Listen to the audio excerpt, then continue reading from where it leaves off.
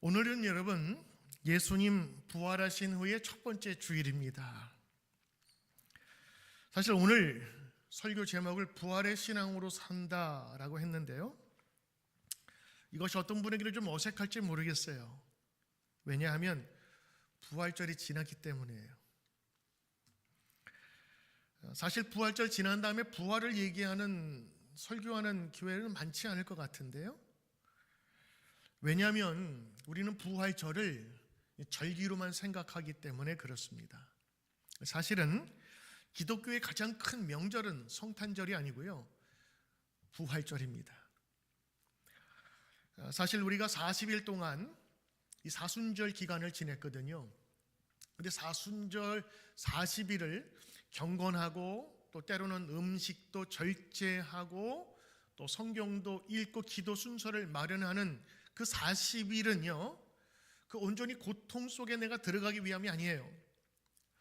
부활절 맞이하기 전 40일, 그게 사순절이거든요. 그러니까 사순절은 부활절, 부활을 위한 거예요. 그러니 여러분, 우리가 40일 동안 준비하고 하루만 반짝 기뻐하고 끝낼 일은 절대 아니거든요. 우리가 사순절을 지키는 가장 큰 이유는 부활절을 준비하기 때문에 그렇습니다. 그 부활절은 한 주 반짝 축하하고 계란 삶아 먹고 에그 헌트하고 끝나는 날이 절대 아닙니다. 부활절 맞이하기 전 40일간을 준비함과 동시에 우리는 어쩌면 이제 앞으로 펼쳐질 40일을 더 기쁨으로 보내야 돼. 아니, 400일은 365일 1년하고도 한 달이니까 평생을 우리는 그렇게 살아야 된다고 하는 마음으로 부활을 맞이해야 하는 겁니다. 그래서 지난 우리가 부활절 감사 예배를 드린 이후에 여전히 우리는 부활의 증인으로 살고 부활이 주는 그 기쁨과 그 의미를 생각하면서 살아야 되는 사람이 바로 우리 성도인 겁니다. 그래서 오늘 제목을 부활의 신앙으로 산다라는 제목으로 여러분과 함께 말씀을 나누는 것입니다. 부활절은 하루로 끝나는 것이 아니라 예수 부활의 능력으로 사는 첫 시작이 부활절인 겁니다. 그래서 절기를 우리가 얘기를 할 때 오늘은 예수 부활하신 후 첫 주일이라 이렇게 부르는 것이지요. 예수님이 다시 살아나시고 하늘로 승천하신 이후에 예수님의 제자들의 가장 큰 메시지는 뭐냐면요, 예수님 다시 사셨어요. 예수님 죽으셨는데 무덤 문을 여시고 다시 살아나셨어요. 이게 예수 증인들, 예수 제자들의 가장 큰 메시지였습니다. 예수 믿으세요, 예수 믿으세요라고 하는 그 중요한 의미는요, 예수님 다시 살아나셨습니다 하고 하는 그 메시지가 담긴 것입니다. 초대교회 제자들과 성도들에게 가장 중요한 메시지는 예수 부활하셨습니다라는 것입니다. 부활하신 예수님을 만나 변화된 사도 바울도 예수 부활 사건을 가장 중요한 메시지로 삼고 있었어요. 여러분, 우리가 알고 있는 이 복음, 복된 소식, 굿 뉴스는 바로 예수님께서 이 땅에 오셨다는 사실만이 아니라 오심으로 십자가에서 우리의 죄를 용서하기 위해 대신 죽으셨고, 그리고 무덤에 계시지 아니하고 다시 사셨다는 것까지가 복음입니다. 그러면 여러분, 예수 믿는다는 것은 예수님 옛날에 계셨지, 난 알아, 이런 인식적인 차원이 아니라 그분이 하신 모든 일이 나와 연관되어 있다고 생각하고, 그리고 그분이 우리에게 주신 진정한 믿음과 선행으로 살아가는 것인 줄 믿습니다. 그래서요, 로마에 있는 크리스찬들이 있었거든요. 근데 그 당시에는 인터넷이나 책이 없었으니까 예수님이 누군지 잘 알지 못했어요. 그래서 사도 바울이 자신이 만났던, 경험했던 예수님을 소개하면서 로마에 있는 교인들, 교회에게 보낸 서신이 바로 로마서입니다. 근데 로마서 처음에 시작할 때 복음이 무엇인지를 소개하고 있어요. 로마서 1장 2절의 말씀인데, 이 복음은 하나님이 선지자들을 통하여서 그의 아들에 관하여 성경에 미리 약속한 거라라고 했어요. 그리고 3절 4절에 이어서 뭐라고 얘기냐면, 이 아들로 말하면 육신으로는 다윗의 혈통에서 나셨고, 육신으로는, 그리고 영적으로는 죽음에 있었으나 부활하여 능력으로 하나님의 아들로 인정되었으니 곧 우리 주 예수 그리스도라. 아멘. 사도 바울이 제일 전하고 싶었던 것은 예수님이었어요. 그분은 하나님의 아들로 이 세상에 오셨어요. 그리고 십자가에서 우리의 죄를 죽으셨을 뿐만 아니라 죽음에서 다시 사셨습니다. 이게 뭐라고요? 굿뉴스입니다. 이게 나를 위한, 여러분을 위한 예수 그리스도께서 하신 가장 중요한 일이고, 이것을 믿는 자가 복이 있다가 말씀하신 거예요. 사도 바울은요, 로마에 있는 교인뿐만 아니라 고린도에 있는 또 다른 교인들에게 예수님을 소개할 때 이렇게 소개하고 있습니다. 15장 3절 4절 말씀인데, 내가 받은 것은, 사도 바울도 예수님이 어떤 일을 하셨는지 알아받았어요. 근데 너희에게 전하였는데 그게 뭐냐면, 첫째는 성경대로 그리스도께서 우리 죄를 위하여 죽으셨다라는 거예요. 두 번째, 장례를 다 끝난 이후에 성경대로 3일 만에 다시 살아나셨다라는 겁니다. 3일 만에 다시 살아나셨어요. 이게 고린도 교인들에게 보여준 복음에 관한 내용입니다. 죽었습니다. 그러나 성경대로 다시 살아나셨습니다. 아멘. 여러분, 이게 복음입니다. 로마서 10장 9절의 말씀 보니까, 만일 내 입으로 예수를 주로 시인하여 또 하나님께서 죽은 자 가운데서 살리신 것을 내 마음에 믿으면 구원을 얻으리라. 그러니까 믿음의 그 내용 중에는요, 예수님 오셨다는 것으로가 아니라 오셔서 나의 죄를 위해 씻으셨고 나를 위하여 살아나셨다는데 그 복음의 메시지가 있는 것입니다. 그러므로 여러분, 부활을 믿지 못하는 사람은 아직 구원받지 못하다는 말도 되겠죠? 예수님과 그의 부활을 믿고 그래야 구원에 참여할 수 있다고 하는 것입니다. 왜 우리가 부활까지 믿어야 합니까? 왜냐하면 복음은 죽음에서 끝나는 것이 아니라 다시 사심으로 완성되기 때문입니다. 복음은 죽음에서 마치는 것이 아니라 새로운 생명과 소망으로 다시 시작하는 것이기 때문에 그렇습니다. 로마서 4장 25절에는 이렇게 말합니다. 예수는 우리가 범죄한 것 때문에 내어주었어요. 죽음에 내어주었어요. 근데 또한 우리를 의롭다 하시기 위해서 다시 살아나셨느니라. 이게 부활입니다. 그래서 오늘 여러분, 부활은 부활절기에 계란 먹고 축하합시다 박수치고 끝나는 게 아닙니다. 부활은 지금 현재 우리가 살아가고 있는 중요한 믿음의 표현이고 믿음의 방법인 것입니다. 예수님의 부활 사건은 제자들의 삶을 바꾸어 놓았어요. 내용도 바꾸어 놓았어요. 그들의 결심조차도 바꾸어 놓았어요. 그만큼 부활 사건은 초대교인들에게 큰 사건이었고 위대한 사건이었습니다. 요약하자면 부활은 예수님을 하나님의 아들로 확증해 준 사건이에요. 부활은 세상에 누구도 넘지 못한 죽음의 선을 넘은 사건이에요. 부활은 어둠에 갇혀 있었던 냄새나고 칙칙했던 그 무덤을 열고 사망과 죄악에서 승리한 사건, 어둠과 마귀의 세력이 더 이상 우리를 지배하지 못하도록 연 최초의 사건이었습니다. 그래서 그것은 위대하고 신비롭고 우리의 약속하신 대로 부활하심으로 우리에게 첫 열매가 되신 겁니다.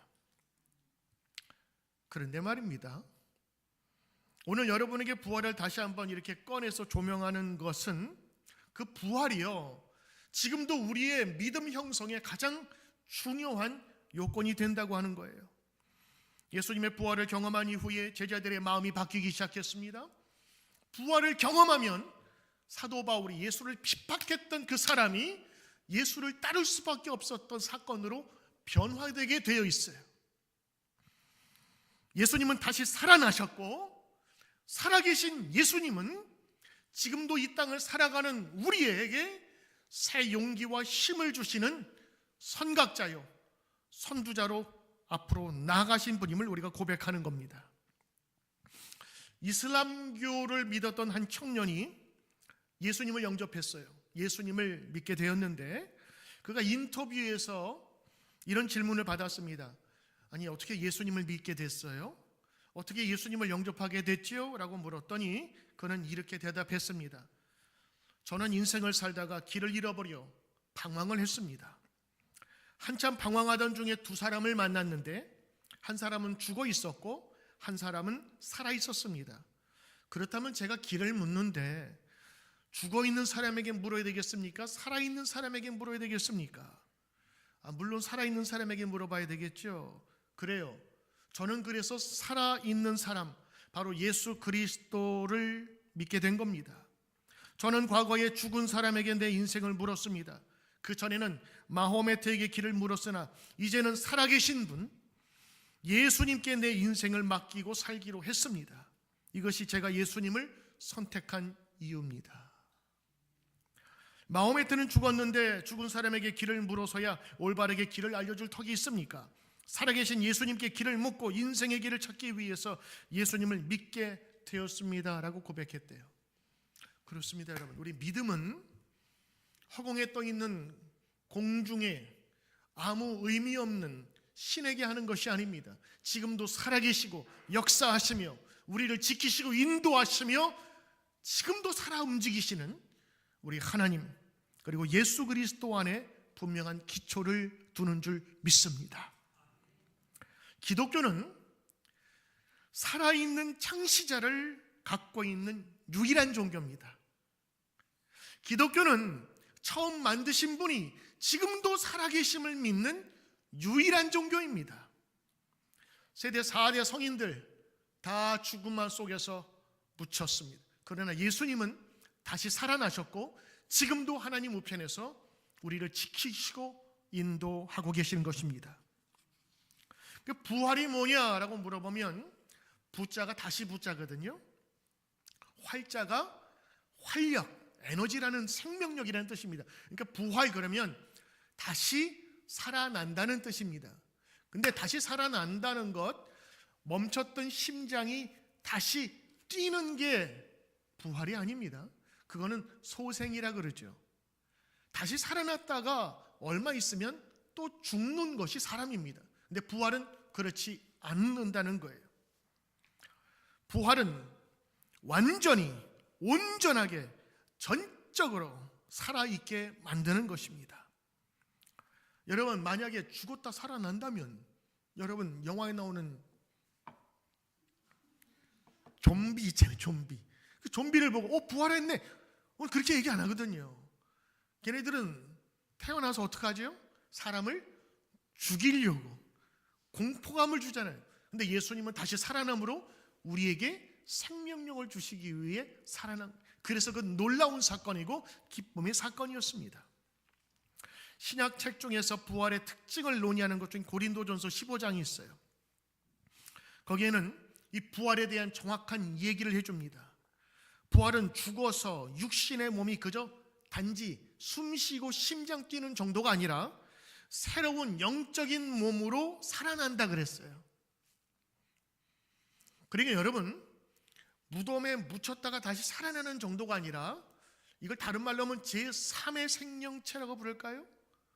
그 증거가 예수님 부활하셨는데 제자들이 알아봤어요? 못 알아봤어요? 엠마오로 가는 제자들이 예수님과 함께 있었는데 못 알아봤어요.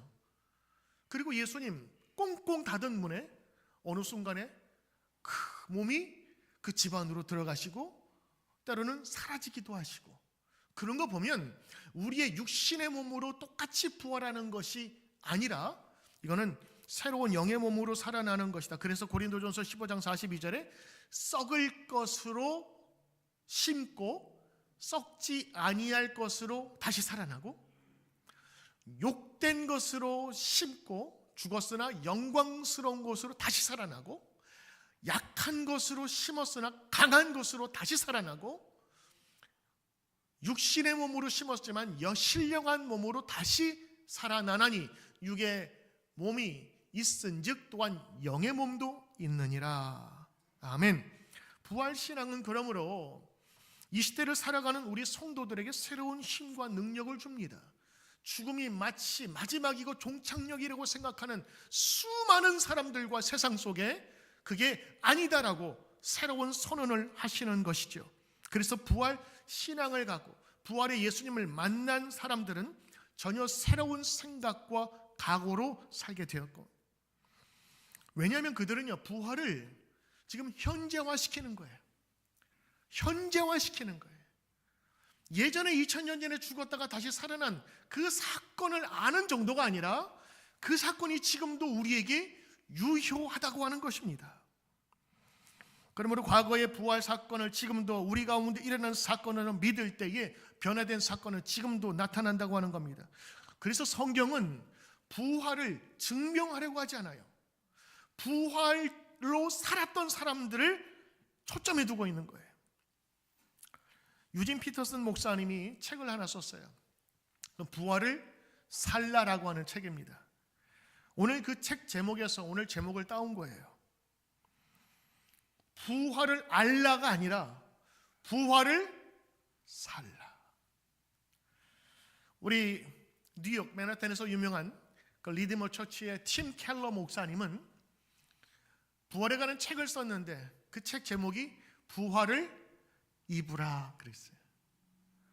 부활을 입고 나오면 지금 나와 함께 있다는 것을, 그 부활이 그런 내용이라고 하는 거예요.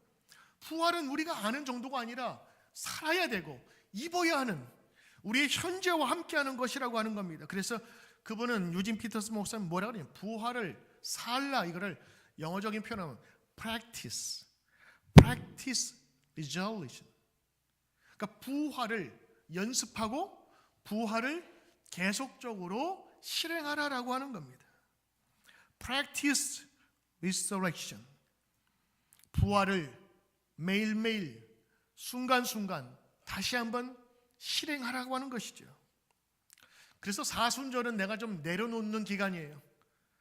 십자가에서 낮아지는 그런 기간이라면 부활절 이후의 성도의 삶은 무언가를 얻는 시간입니다. 마치 다른 말로 표현하면 십자가는 죄와 질병과 고통과 문제와 분노와 슬픔과 아픔과 걱정과 미움과 절망과 두려움과 죽음과 심판의 이미지라면, 부활의 이미지는요 회복, 의, 건강과 형통과 아멘 할 때까지 평안과 기쁨과 행복과 치유와 사랑과 믿음과 확신과 생명과 구원과 소망. 여러분, 이게 부활입니다. 그래서 십자가의 그늘에 있었던 그 모든 사람들이 억울해하고 두려워할 때 천사가 나타나서 뭐라 그래요? 두려워 말라 그러잖아요. 여기 예수가 안 계시다. 천사가 두려워 떠는 그들에게 첫 번째로 한 것은 뭐라고? 두려워하지 말라. 예수님은 부활 이후에 십자가의 상처를 갖고 있었어요. 그렇죠? 저는 어렸을 때 그런 생각해봤어요. 예수님이 부활하셨으면 옛날에 있었던 상처들 다 치유받고 깨끗하게 티 하나 없이 이렇게 얼굴도 다 이렇게 까서 이제 하얗게 만들고 또 몸도 회복되고. 근데 부활하신 예수님이 흔적을 갖고 있었는데 뭘 갖고 있었죠? 못자국 갖고 있었고 창에 찔린 옆구리, 그래서 비어있는 그 아픈 몸도 흔적도 갖고 있었어요. 왜 그랬을까요? 부활에는 십자가의 아픔도 갖고 있었어요. 그 말은 예수님의 부활 가운데는 십자가도 가지고 있었다고 하는 것입니다. 그런데 십자가로 끝나지 않고 예수님은 십자가 이후의 부활의 삶을 우리에게 보여주기 위하여 그 그대로의 아픔과 상처를 가지고 나타나셨다는 겁니다. 그러므로 우리의 신앙은 십자가에 머물 수 없어요. 십자가로 인한 우리의 죄사함에 감사는 할 수 있지만 그 감사는 때로는 어두움에 잡혀있는 그 영적인 상태, 그러나 부활은 죽음을 넘어선 하나님의 신비로움을 우리에게 보여주는 놀라운 사건이기에 우리의 믿음은 십자가의 신앙에서 이제 부활의 신앙으로 점프하고 도약을 해야 한다는 것입니다. 이 부활의 신앙을 믿게 되면 예수님께서 부활을, 죽음을 넘어선 그 생명이 있음을 믿게 되면 우리의 생각과 우리의 인생에 대한 판단이 달라지게 돼요. 한 사람을 소개할게요. 아까 말씀드린 뉴욕의 리디머 처치, 이 맨하탄에서 우리 미국인들에게 가장 영향력을 많이 준 목사님이라고 그러세요. 그 팀 켈러 목사님이 인생 말년에 암 진단을 받아요. 그리고 암 투병 생활을 했습니다. 그러면서 목회를 하셨어요. 암 진단을 받은 후에 팀 켈러 목사님은 보통의 암 진단을 받은 사람과는 다르게 반응하였습니다. 그분은 이렇게 인터뷰에서 얘기를 했어요. 여러분, 인간의 힘이 아닌 하나님의 은총으로 이 모든 일들을 이겨나가길 바랍니다. 저는 개인적으로 암 진단을 받고 지금 치료를 받고 있습니다. 20년 전에 암에 걸렸을 때보다 훨씬 더 심각해졌습니다. 암의 치료는 힘들고 어렵습니다. 그런데 분명한 것은 죽음은 누구에게나 찾아온다는 것입니다. 그러나 우리가 바라보아야 될 것은 예수 그리스도의 부활입니다. 그는 암 진단 받았어요. 사형 선고라고 사람들 얘기하는데 팀 켈러 목사님은 그것을 사형 선고라고 받아들이질 않았어요. 왜? 우리 언젠간 다 죽으니까. 근데 조금 빠르게 죽느냐 늦게 죽느냐 차이인데 이 죽음이 나를 두렵게 할 수 없다라고 하는 거예요. 그러면서 이렇게 말씀을 맺습니다. 우리는 지금 두려움의 시대에 살고 있습니다. 돈 걱정, 생명 걱정, 직장 걱정. 그러나 우리의 희망은 바로 예수 그리스도입니다. 그리고 예수님은 우리에게 소망으로 부활을 보여주셨습니다. 이제 어려운 삶을 살고 있는 이들의 희망이 있다면 예수님의 부활입니다. 미래에 대한 걱정과 그것은 죽음에 직면한 사람들에게 맡겨두십시오. 그는 죽음을 앞두고 있었지만 예수 그리스도께서 부활로 보여주시고 약속해 주심을 믿음으로 소망을 잃지 않았을 뿐만 아니라 수많은 사람과 성도들에게 소망을 제시해 주었습니다. 왜 그랬을까요? 그 목사님은 부활의 메시지를 그냥 아는 게 아니라 그 마음속으로 받아들인 겁니다. 그리고 믿었어요. 하나 더 소개할까요? 한 분 더 소개합니다. 독일의 신학자여 목회자인 디트리트 본회퍼 목사님. 그분은 안타깝게도 히틀러 암살을 공모한 죄로 처형을 당하게 됩니다. 45년 쉔베르크 그 감옥에서 부활절 다음 첫 번째 주일 4월 8일 그곳에 한 교인이 예배를 인도해달라는 제안에 그 감옥 안에서 예배를 인도했습니다. 그리고 그때 선택한 말씀이 두 가지인데 하나가 이사야서 53장 5절과 베드로전서 1장 3절 말씀을 가지고 설교했어요. 이사야서 53장 5절, 예수님이 찔림은 우리의 허물을 인함이고 예수님이 상하심은 우리의 죄악을 인함이고 그가 징계를 받음으로 우리는 평화를 누리고 예수님이 채찍에 맞음으로 우리는 나았습니다. 그리고 두 번째 베드로전서 1장 3절 말씀, 하나님 예수 그리스도의 아버지 하나님이 그 긍휼대로 예수 그리스도의 죽은 자 가운데서 부활하심으로 말미암아 우리를 다시 태어나게 하시사 새로운 소망이 있게 하시며. 여러분, 우리가 이 말씀을 듣지 못할 때에는 모두가 다 죽음의 그늘 아래 사는 사람들입니다. 그런데 오늘 말씀을 들으니 예수님께서 어떻게 하셨다고요? 하나님이 그를 살리심으로 그를 어둠 가운데서 부활로 이끄시고 우리에게 살아있는 소망이 되게 하셨다. 예배가 끝날 때에 신사복 차림의 남자 둘이 들어와서 이렇게 말했답니다. 보네포 나오세요. 우리와 함께 갑시다. 이 말은 곧 교수형을 가리키는 것이었습니다. 그리고 그 목사님은 함께 예배드리던 그 사람들과 작별 인사를 나누고 가면서 이런 말 남겼습니다. 여러분, 이제 끝입니다. 그러나 나는 다시 시작합니다. 여러분, 끝입니다. 그래요. 그러나 보네포는 다시 시작함을 믿고 고백했던 것입니다. 그에게는 전혀 두려움이 없었어요. 오히려 그 말씀을 들은 모든 사람들이 은혜를 받고 소망을 갖게 되었다고 하는 겁니다. 부활신앙은 우리의 삶을 변화시켜요. 두렵고 어두웠던 우리의 인생을 소망 있는 사람으로 바꿔주는 겁니다. 오늘 여러분이 이 교회에서 예배드리며 말씀을 듣는 이유는요, 이 예배가 우리에게 새로운 길을 보여주고 우리가 그 길을 갈 수 있기 때문입니다. 오늘 여러분이 읽으신 요한복음 20장에는 부활하신 예수님을 믿지 못하는 한 사람 제자가 나와요. 그게 누구죠? 도마에 놓고 막 때려놓은 믿음이 없는 사람. 이 도마가 예수님 나타났다는데 믿질 못하는 거예요. 난 믿지 못하겠어, 예수님 만나기까지는. 근데 예수님 친절하게도 8일 만에 다시 도마가 있었던 그 모임 속에 등장하십니다. 그리고 나서 예수님 말씀하시죠. 내 손을 만져보아라. 그리고 손을 펼치면서 내 옆구리에 손을 넣어보아라. 거기에는 구멍 뚫린 손바닥과 그리고 창으로 인하여서 뻥 뚫린 옆구리. 도마가 만졌을까요? 안 만졌을까요?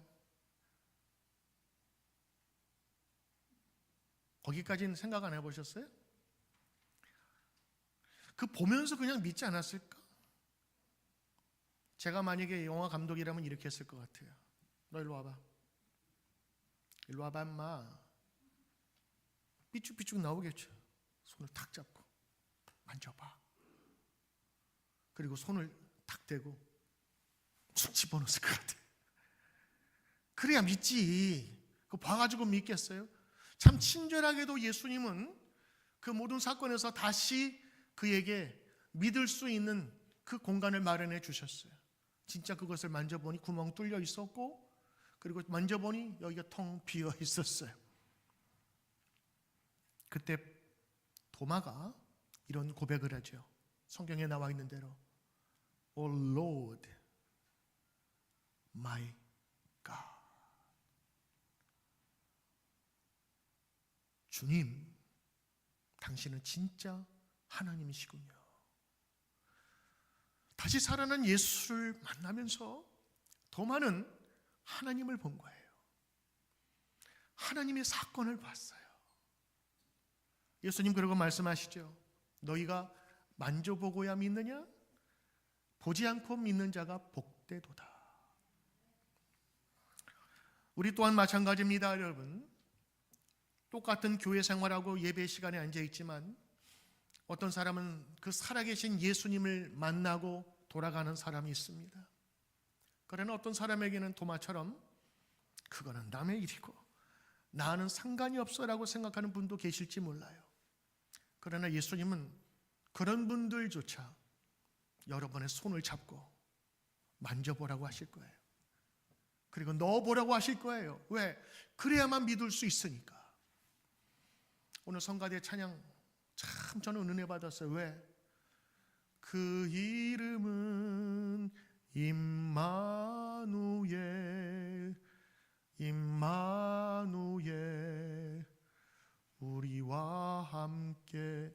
임마누엘의 뜻은 하나님이 우리와 함께 계십니다. God be with us. 그게 우리의 고백이에요. 부활 신앙은 예전에 있었던 신앙을 내가 알아가 아니라 그 부활 신앙으로 내가 살아가는 것입니다. 부활 사건은 우리가 죽음 후에만 경험하는 것이 아닙니다. 죽음 후에 부활뿐만 아니라 현재 삶 속에 부활이 있습니다. 주님은 여전히 살아계셔서 우리와 함께 계시기 때문입니다. 주님 마지막 부활하신 모습으로 모든 이들에게 보이시고 하늘로 승천하며 올라가시기 전에 제자들에게 마지막 약속한 게 있어요. 약속한 게 있어요. 내가 세상 끝날까지 너희와 항상 함께 있으리라. 아멘. 믿어주시는 분 아멘. 오늘 그 말씀이 오늘 우리에게도 저를 통하여, 부족한 저를 통하여 여러분과 나누는 것입니다. 하나님, 우리 주님은 살아계시고 우리 현재 속에서 우리와 함께 계시는 것입니다. 사랑하는 성도 여러분, 부활신앙은 우리가 아는 게 아니라 살아가는 겁니다. 저를 따라해 봅시다. 부활을 산다. 부활로 산다. 그렇습니다. 여러분, 부활로 사시는 여러분들 되시기를 주의 이름으로 축복합니다.